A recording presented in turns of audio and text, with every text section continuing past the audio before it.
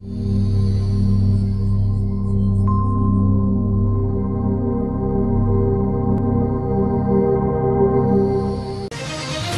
RTL Réunion, On refait la réunion.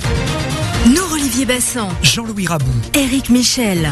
Et c'est parti, votre standard. Vous êtes nouveau, n'hésitez pas. On peut vous rappeler, effectivement, tout le monde ne possède pas de forfait limité. 02 62 23 4 5 6 7. Laurent, bienvenue à la radio. Bonjour Laurent. Oui, bonjour. Bonjour, Laurent. Bonjour à tout le monde. Donc, je voulais apporter deux réponses, une à Monsieur Rabou et une à Monsieur Bassan. Alors, je vais commencer par avec plaisir. Oui. Allez-y. Alors, Monsieur Rabou, hier, vous disiez que vous demandiez pourquoi les personnes étaient contre la mondialisation. Vous disiez que c'est le monde qui a demandé la mondialisation.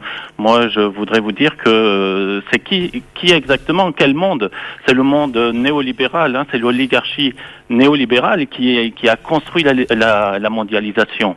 Je voudrais d'ailleurs vous informer que Monsieur Noam Chomsky avait dit que c'était une guerre entre les néolibéraux et les peuples.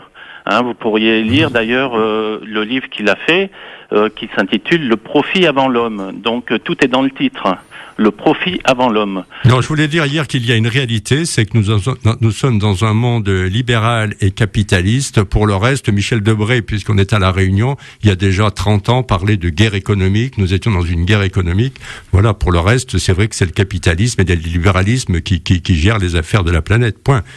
Et c'est la loi du plus fort, c'est la loi de la jungle. On s'étonne aujourd'hui, après, qu'il y ait des plus forts et des plus faibles.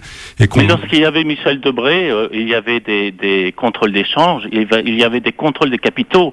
Or, avec les accords de Marrakech en 94 et le traité de Maastricht 92, il y a eu le libre-échange, la déréglementation, la dérégulation qui a mis en concurrence ne serait-ce que la main-d'œuvre mondiale.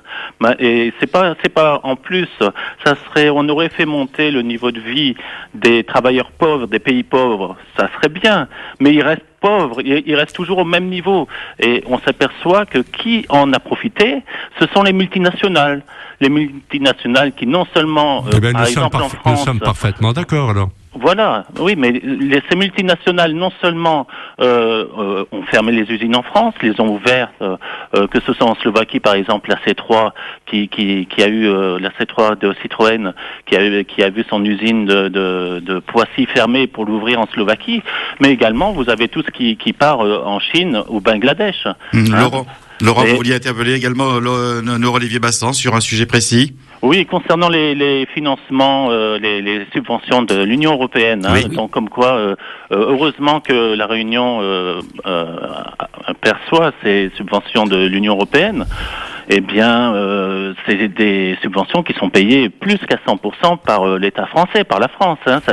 Je vais donner donc ce que paye, parce qu'il y a les bénéficiaires nets. Ce sont les pays qui viennent de rentrer dans l'Union européenne, qui bénéficient plus que ce qu'elle donne à l'Union européenne, puisque l'Union européenne, Bruxelles ne produit rien du tout, que des fonctionnaires, et la France est contributrice nette.